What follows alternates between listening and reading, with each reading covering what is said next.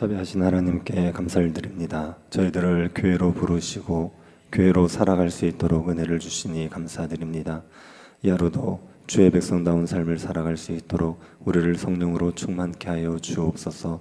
하나님을 사랑하게 하시고 성도들을 사랑하는 복된 하루가 되게 하여 주옵소서. 거룩하신 예수님 이름으로 기도드립니다. 아멘. 찬송가 359장입니다. 359장입니다.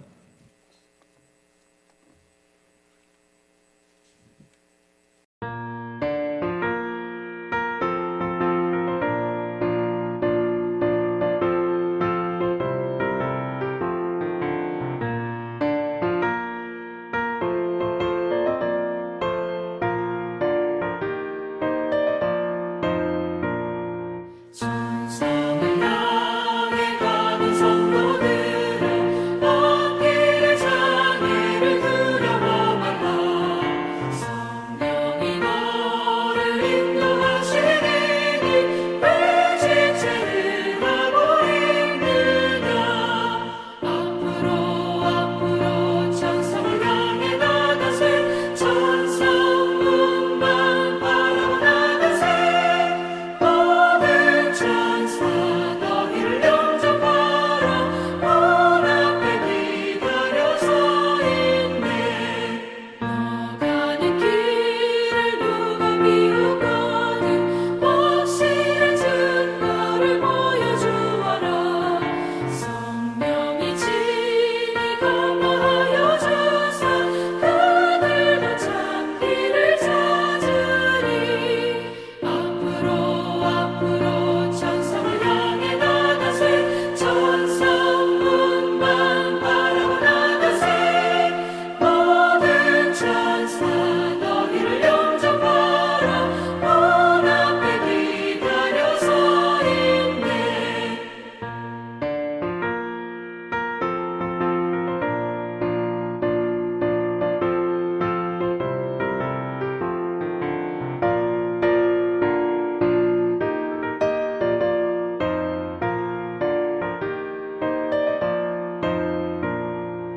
너 가는 길을 모두 가기 전에 내 손에 든 검을 꽂지 말아라.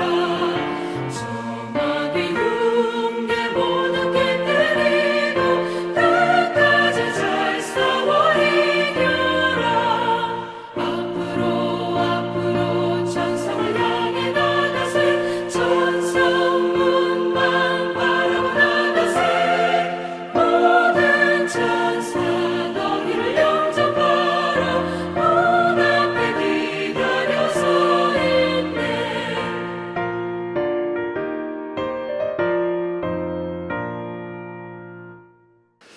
느헤미야 4장 7절부터 23절 말씀입니다.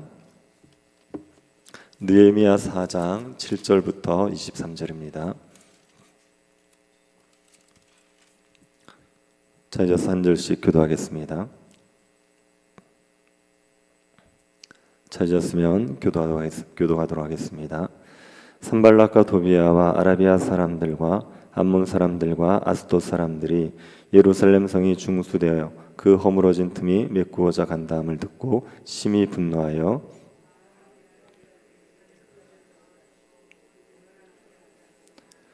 우리가 우리 하나님께 기도하며 그들로 말미암아 바스꾼을 두어 주야로 방비하는데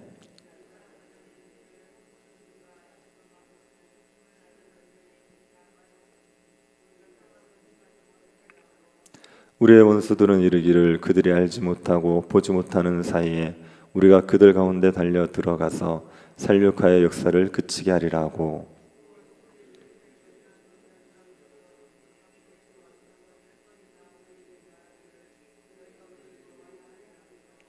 내가 성벽 뒤에 낮고 넓은 곳에 백성이 그들의 종족을 따라 칼과 창과 활을 가지고 서 있게 하고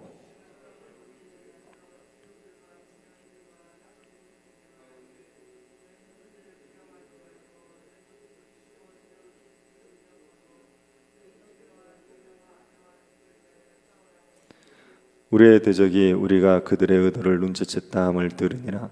하나님이 그들의 꾀를 패하셨으므로 우리가 다 성에 돌아와서 각각 일하였는데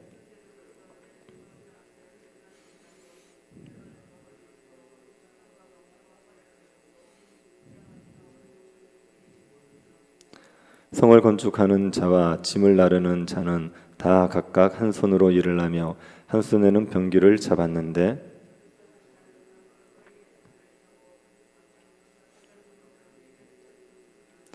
내가 귀족들과 민장들과 남은 백성에게 이르기를 이 공사는 크고 넓음으로 우리가 성에서 떨어져 거리가 먼즉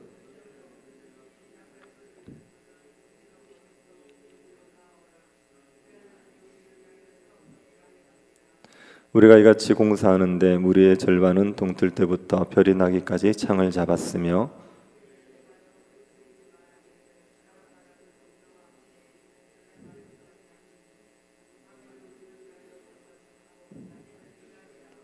같이 보겠습니다.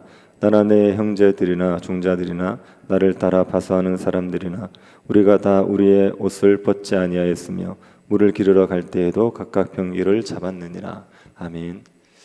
로마 시대에 교회는 핍박을 받았습니다. 베드로 사도는 네로 황제에 의해서 십자가에 거꾸로 못 박혀 죽게 되지요. 어떤 분이 이 로마 시대에 로마 황제들이 교회를 핍박한 이야기를 들으면서 이렇게 얘기했습니다. 요즘은 네로 황제 같은 사람들이 없어서 핍박을 받고 싶어도 받을 수가 없다. 그러자 그 말을 듣고 있던 다른 분이 이런 말을 했습니다. 요즘에 네로가 없는 것이 아니라 우리가 베드로처럼 살지 않기 때문에 핍박을 받지 않는 거다. 이렇게 얘기했습니다. 어느 시대든지 신자가 신자답게 살려고 하면 핍박을 받기 마련입니다. 요즘 같은 시대에도 네로 같은 사람들이 우리가 신자처럼 살려고 하면 등장하기 마련이죠. 하나님 앞에 신실하게 살려고 하면 우리의 가족이 핍박자가 될 때도 있고 우리의 직장 동료들이 핍박자가 될 때도 있습니다. 무릇 신실하게 살려고 하는 자들은 많은 고난을 받기 마련입니다. 교회도 성경적인 교회가 되고자 하면 핍박을 받게 되어 있습니다.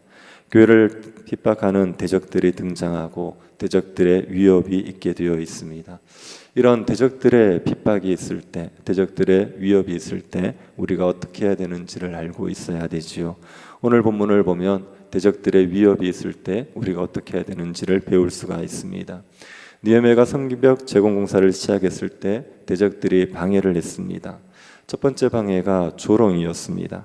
대적들은 느헤미야와 유다 백성들이 이 미약하다는 것을 가지고 조롱하면서 힘을 빠지게 만들려고 했죠.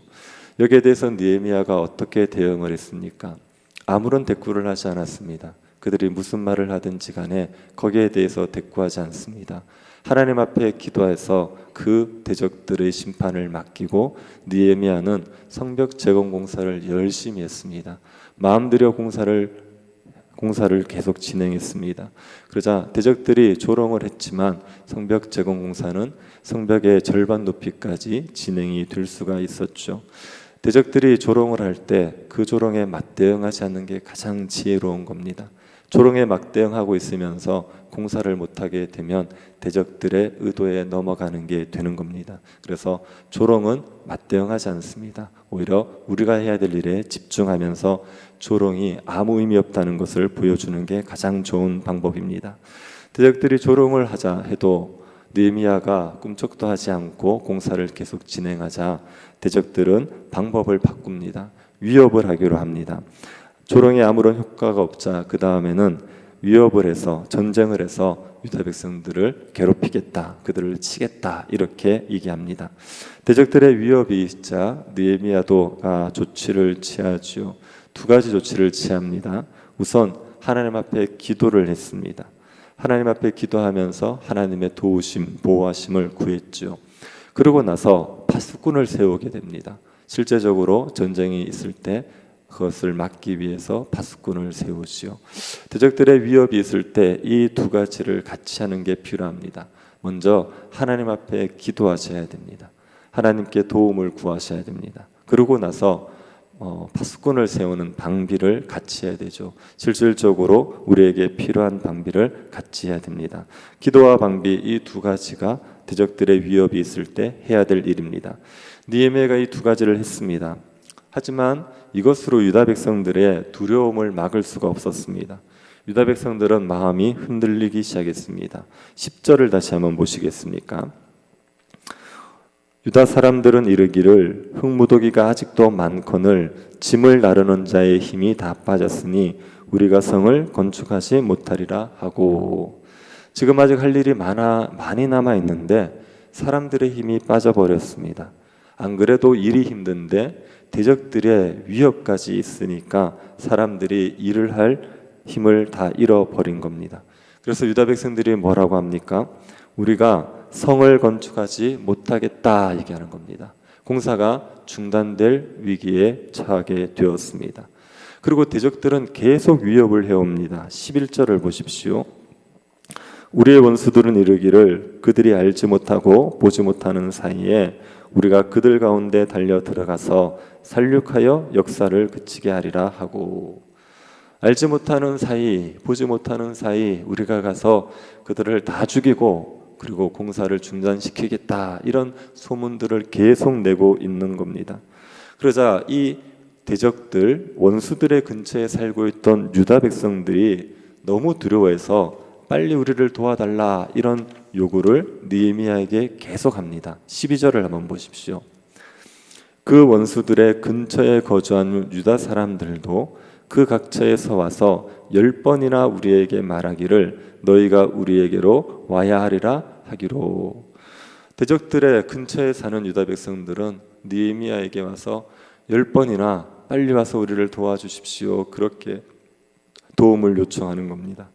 이런 상황이 되니 공사를 제대로 할 수가 없습니다. 유다 백성들의 힘은 빠졌지요. 대적들은 계속 공격하겠다고 위협을 하지요. 대적들의 근처에 있는 사람들은 두려워서 계속 도움을 요청하고 있는 겁니다. 더 이상 공사를 진행할 수가 없는 상황이 되었습니다. 그래서 느헤미야가 특단의 조치를 취하게 됩니다. 대적들의 위협에서 백성들을 보호하기에 더 적극적인 조치를 취하게 됩니다. 13절을 한번 보시겠습니까? 내가 성벽 뒤에 낮고 넓은 곳에 백성이 그들의 종족을 따라 칼과 창과 활을 가지고 서 있게 하고, 느헤미야가 성벽 재건 공사를 하던 사람들의 일부를 모았습니다.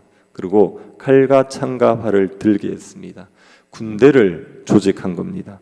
군대를 편성해서 대적들과 맞서 싸우기로 한 겁니다. 그리고 느헤미야가 유다 백성들에게 우리가 대적들과 함께 싸우자, 그렇게 얘기합니다. 14절을 한번 보십시오. 내가 돌아본 후에 일어나서 귀족들과 민장들과 남은 백성에게 말하기를 너희는 그들을 두려워하지 말고 지극히 크시고 두려우신 주를 기억하고 너희 형제와 자녀와 아내와 집을 위하여 싸우라 하였느니라. 지금 느헤미야가 유다 백성들에게 싸우자, 이렇게 얘기하죠. 근데 유다 백성들은 군인들이 아닙니다. 이 사람들 민간인입니다. 그러니 싸움을 해본 적이 없습니다. 얼마나 두렵겠습니까? 그들에게 용기를 불어넣기 위해서 느헤미야가 뭐라고 얘기합니까? 대적들을 두려워하지 말고 지극히 크시고 두려우신 주를 기억하라, 이렇게 얘기했습니다. 대적들보다 하나님을 더 기억해라. 하나님이 더 크신 분이다. 하나님께서 더 두려우신 분이다. 그러니 대적들 두려워하지 말고 하나님을 두려워하라. 하나님을 기억해라, 이렇게 얘기합니다. 그러고 나서 싸우라고 하는데 왜 싸우라고 합니까? 너희 형제와 자녀와 아내와 집을 위해서 싸우라. 너희들의 형제를 지키기 위해서, 자녀를 지키고 아내를 지키고 집을 위해서 싸우라고 하는 겁니다. 너희들의 집을 위해서라도 피하면 안 된다. 싸워야 된다. 너희들을 집을 지켜라, 그렇게 얘기했습니다. 이렇게 대적들을 맞서 싸우기 위해서 느헤미야가 군대를 조직하고 백성들을 독려했지요. 그래서 유다 백성들이 싸움을 할 마음을 가졌습니다. 전쟁을 하자, 싸우자, 그렇게 마음을 먹었습니다. 그것을 알고 대적들이 공격을 해오지 않습니다. 공격을 하겠다고 그렇게 소문을 내더니 막상 전쟁을 다 준비하고 있으니까 공격을 해오지 않습니다. 대적들이 공격하기를 포기했죠. 하나님께서 유다 백성들이 싸우기도 전에 대적들의 마음을 먼저 꺾어버리신 겁니다. 그래서 전쟁을 막아주셨습니다. 대적들의 공격이 무산되고 나서 군대는 해산됩니다. 그리고 다시 일을 하기 시작하죠. 이때부터 느헤미야가 공사만 하지 않고 방비도 같이 합니다. 느헤미야의 수하 중에 절반은 일을 하고 절반은 무장을 하고 수비를 하게 했습니다. 백성들이 일을 하는 동안 느헤미야의 부하 절반이 이제 수비를 하면서 대적들이 오는지를 지키는 거죠. 그리고 민장들, 백성의 관리들도 성벽 공사를 하는 유다 백성들의 뒤에서 그들을 보호하는 일을 했습니다. 공사하는 백성들도 이때부터는 공사를 하면서 방비를 같이 합니다. 한 손으로는 일을 하고 한 손으로는 무기를 들었습니다. 백성들이 무장을 하고 일을 하게 되었습니다. 그리고 느헤미야는 자기 옆에 나팔수 하나를 둡니다. 그리고 백성들에게 나팔을 불게 되면 모여라. 우리가 여기저기 흩어져 있으니까 대적들의 공격이 있으면 나팔을 불 테니 그때 모여라. 이렇게 얘기했습니다. 그리고 또 절반은 일을 하고 절반은 보초를 섰습니다. 백성들 전체가 일을 하는 것이 아니라 절반은 일을 하고 절반은 보초를 섰습니다. 아침부터 저녁까지 그렇게 보초와 일석회를 반복했습니다. 그리고 밤이 되면 또 돌아가서 보초를 서는 거죠. 낮에도 일하고 밤에는 보초 서고 이런 일들이 계속되었습니다. 느헤미야와 백성들이 밤낮 없이 수고를 하게 된 겁니다.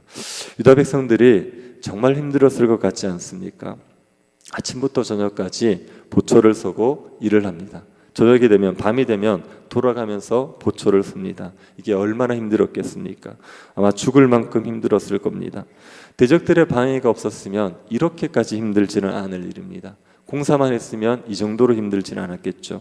그런데 대적들의 방해가 있으니까 정말 죽을 만큼 힘이 들었던 겁니다. 우리가 교회를 세우는 것도 마찬가지입니다. 대적들의 방해가 없으면 교회 세우는 게 그렇게 죽을 만큼 힘들다, 그렇지 않을 수 있지요.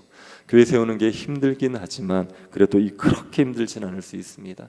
그런데 교회를 세워가려 그러면 대적들의 방해가 있기 마련입니다. 그래서 너무너무 힘들지요. 너무너무 어렵습니다. 포기하고 싶을 정도로 힘듭니다.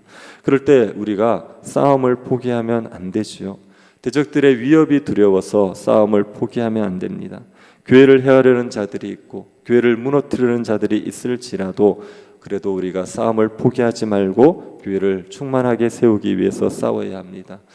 우리 자신을 위해서라도 싸워야 됩니다. 교회가 충만하지 못하고 교회에 문제가 있으면요, 성도들이 얼마나 괴로운지 모릅니다. 우리 자신이 가장 괴롭습니다.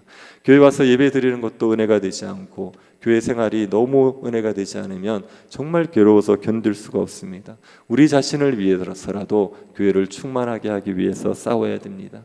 우리의 자녀들을 위해서, 우리의 형제들을 위해서, 우리의 가족들을 위해서라도 싸워야지요. 교회가 교회답지 못하면 우리의 가족들이 어떻게 신앙으로 살아갈 수 있겠습니까? 그러니 우리의 가족들을 위해서라도 싸워가야 되는 겁니다.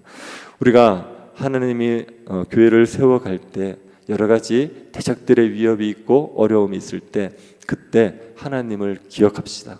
크고 두려우신 하나님을 기억하십시오. 대적들을 두려워하지 말고 교회를 허물어뜨려는 그 사람들을 두려워하지 말고 교회를 세워가시는 그 하나님을 기억하고 그 하나님을 두려워해서 싸워야 되는 겁니다. 그리고 악한 자들이 교회를 허물어뜨리려고 하고 교회를 회방하는 것을 용납하지 마셔야 됩니다. 어떻게든 싸워서 교회를 충만하게 세우기 위해서 애쓰는 게 필요합니다. 그렇게 하는 것이 우리와 우리의 가족들과 하나님의 영광을 위해서 바른 길이고 우리가 해야 될 일입니다. 이런 싸움에 누가 앞장을 서야겠습니까? 가장 먼저 지도자들이 앞장서야 되죠. 유다 백성들이 밤낮 성벽 재건 공사를 할 때 느헤미야와 그 부하들이 어떻게 했는지를 한번 보십시오. 23절을 한번 보십시오. 나나 내 형제들이나 종자들이나 나를 따라 파수하는 사람들이나 우리가 다 우리의 옷을 벗지 아니하였으며 물을 기르러 갈 때에도 각각 병기를 잡았느니라.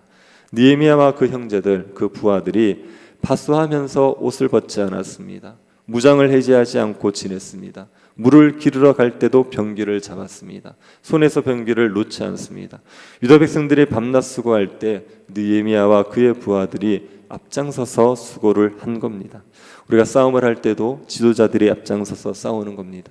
교회를 충만하게 하기 위한 힘든 싸움에 가장 많은 수고를 해야 될 사람들은 교회의 지도자들입니다. 교회의 중직자들이 가장 많은 수고를 하고 앞장서서 싸워야 되는 겁니다. 밤낮 수고하는 누군가가 있기 때문에 교회가 세워지는 것이요, 그 일에 지도자들이 가장 솔선수범을 해야 됩니다. 성경적인 교회를 세워 가져갈 때 대적들의 방해가 있습니다. 대적들과 싸우면서 교회를 세워가야 합니다. 우리와 우리의 자녀들, 우리의 형제들, 무엇보다 하나님의 영광을 위해서 우리가 이 싸움을 감당할 수 있게 되기를 바랍니다. 크고 두려우신 하나님, 그 하나님 의지하여서 교회를 세워가는 선한 싸움을 감당하는 주의 백성들 될 수 있기를 간절히 바랍니다. 자비하신 하나님, 우리에게 은혜를 주셔서 교회의 머리 되시는 예수 그리스도를 의지하여 교회로 날마다 살아갈 수 있게 해주시니 감사드립니다. 성경적인 교회, 하나님이 기뻐하시는 교회로 저희들이 자라갈 수 있도록 은혜 베풀어 주옵소서. 대적들이 있고 방해가 있을지라도 크고 두려우신 하나님을 기억하고 선한 싸움을 감당하여서 교회를 충만하게 세워갈 수 있도록 은혜 베풀어 주옵소서. 걸어가신 예수님 이름으로 기도드립니다. 아멘. 하늘에 계신 우리 아버지여, 이름이 거룩히 여김을 받으시오며 나라의 임하옵시며 뜻이 하늘에서 이룬 것 같이 땅에서도 이루어지이다. 오늘날 우리에게 일용할 양식을 주옵시고 우리가 우리에게 죄 지은 자를 사하여 준 것 같이 우리 죄를 사하여 주옵시고 우리를 시험에 들게 하지 마옵시고 다만 악에서 구하옵소서.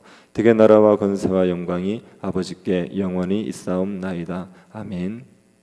교회가 충만하게 세워질 수 있도록 기도해 주시고 금요기도회를 위해서 기도해 주시고 청년부 수련회 위해서 기도해 주십시오. 세교회당 건축을 위해서도 기도해 주시고 개인적으로 기도하시기 바랍니다.